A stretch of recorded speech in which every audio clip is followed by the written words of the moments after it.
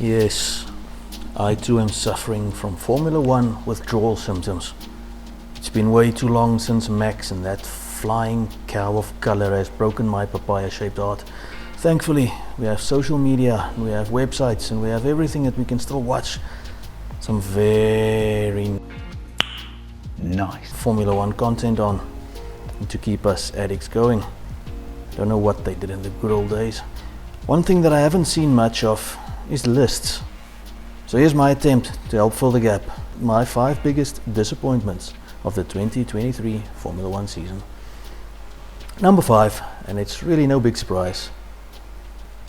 Everyone hoping to challenge Red Bull. If you're not a Red Bull fan, this makes for some awful memories this year. Well, last year. They won 21 from 22 races. That could be considered a form of torture, you know. All jokes aside though, amazing performance. Only Carlos Sainz in the Ferrari managed to beat Red Bull at Singapore. Holy cow!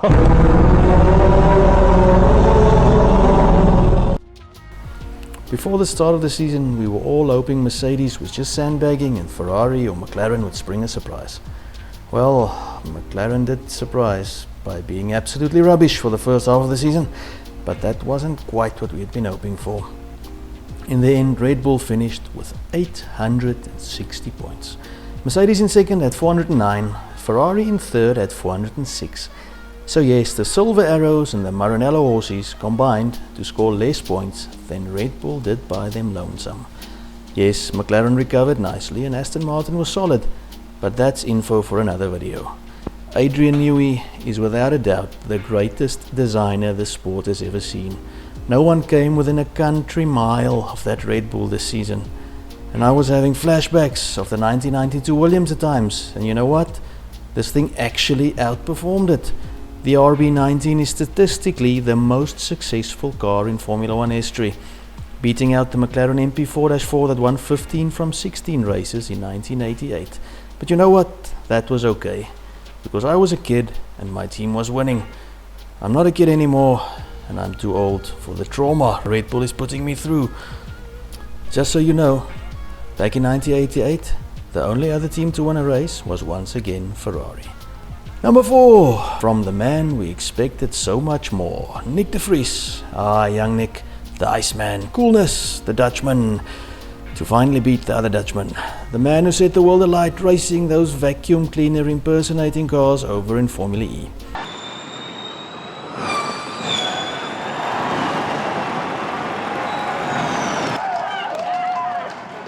Mr. Vries. Let's kick some ice.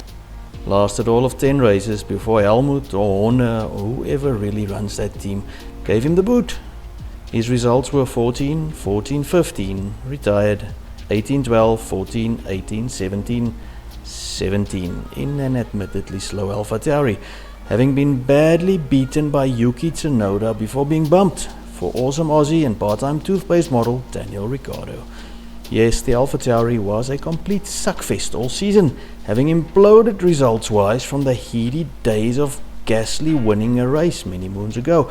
But still, de Vries looked completely out of sorts, despite most of us fans wishing the man well. He seemed especially prone to hitting horses on track.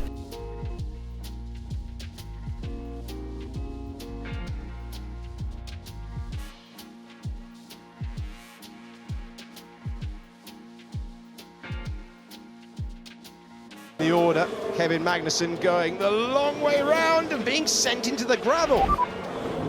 De Vries just completely pushed me off again. What the? In the end, high expectations from his outing at Williams the year before and a strong reputation as a Formula E champion, combined with a lack of results and numerous mistakes, left the poor Dutchman out on his bum. Number 3, and here's Danny Rick yelling it for free. Yeah, Gasly! Pretty quick. It seemed like a match made in heaven. The much-liked Frenchman had been brutally punted by Red Bull all those years ago and had rebuilt his career at AlphaTauri, even winning a race. Now he would replace legendary moaner and even greater racer Fernando Alonso at Alpine, teaming up with fellow Frenchie and race winner Esteban Ocon at potential French super team Alpine. What could go wrong? Well, What went right? Gasly himself called this season slightly disappointing. The team scored 120 points, 740 less than Red Bull. Gasly hit the podium in Orange Land, or the Netherlands for the rest of us, but never really looked the business during the season. He did manage to beat Ocon by all of 4 points overall, but the team showed a lack of pace, only beating also Rans Williams, Haas, Alfa Romeo and former team AlphaTauri in the standings. Very disappointing, yes, but Alpine, backed by the Euros of Renault, should be able to recover to solid midfield at worst. Gasly and Ocon have pace, both are race winners, and Renault must surely get it right someday. And hopefully that day is soon. Number 2, and no team can break hearts like they do. Yes, it's Ferrari. Second biggest disappointment for 2023 for me. The Liverpool of Formula 1, aren't they? Every year is going to be their year. Then Man City or Red Bull destroys them over a few races or matches. Suddenly talk turns to next year, which is seemingly every year. One thing about Ferrari is the super loyalty of their fans. As a long-suffering McLaren man, I feel your pain and respect the Tifosi a huge amount. This year was also supposed to be their year. Yes, they managed to be the only team not called Red Bull to win a race, but in the end Team Toto managed to pip Ferrari in the race for second place. So the Vasseur era hasn't exploded immediately, but I remind you of the past. The Schumacher-Jean Todt partnership took from 1996 to 2000 to finally win the title. There's hope for the team in red, and I won't be the fool to discount them. Leclerc has the pace, Sainz has the consistency, and I think Vasseur has the ability. All they need is for the car to step up, the team to make some better decisions, and bang, we have a Ferrari challenging for the title. Number 1, many believe his time at the top team should be done. Yes, it's Sergio Pérez. The target is to win not only races, to win the championship. Stay in this title fight through the season? By winning races, and yeah, pretty simple. It's just by winning races and keeping Max under pressure.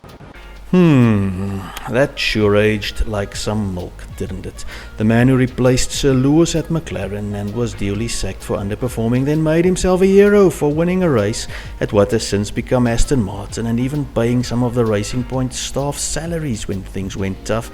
The man set himself up to fail with some fighting words, then got his self-belief smacked by Helmut. Probleme im Qualifying, hat Formschwankungen, ist Südamerikaner und der ist halt im Kopf nicht so völlig fokussiert, wie es beispielsweise der Max oder wie es der Sebastian war. And was beaten as solidly by Max as if Big Mike Tyson could have a go at Mr. Jake Paul. Yes, Perez finished runner-up in the title race, but he scored 290 points less than Super Max in the same car. The points gap between Max and Perez was larger than the amount of points the Mexican managed to score. Many believe it's time to swap Perez and Ricciardo around and let Sergio drive the AlphaTauri and they have Danny have a go at Max. I tend to agree, but in the end Helmut and Horner decide these things, and I only have the privilege to have a moan about it on YouTube. So there you have it, my 5 biggest disappointments of 2023. Stick around in a week or two, we may have a list of positive surprises from 2023. And before you know it, the season will be upon us once more. I hope you enjoyed our effort, and if you did, subscribe and share, please, it would be much appreciated. And if you don't want to, well, I guess it's your choice. God bless and goodbye.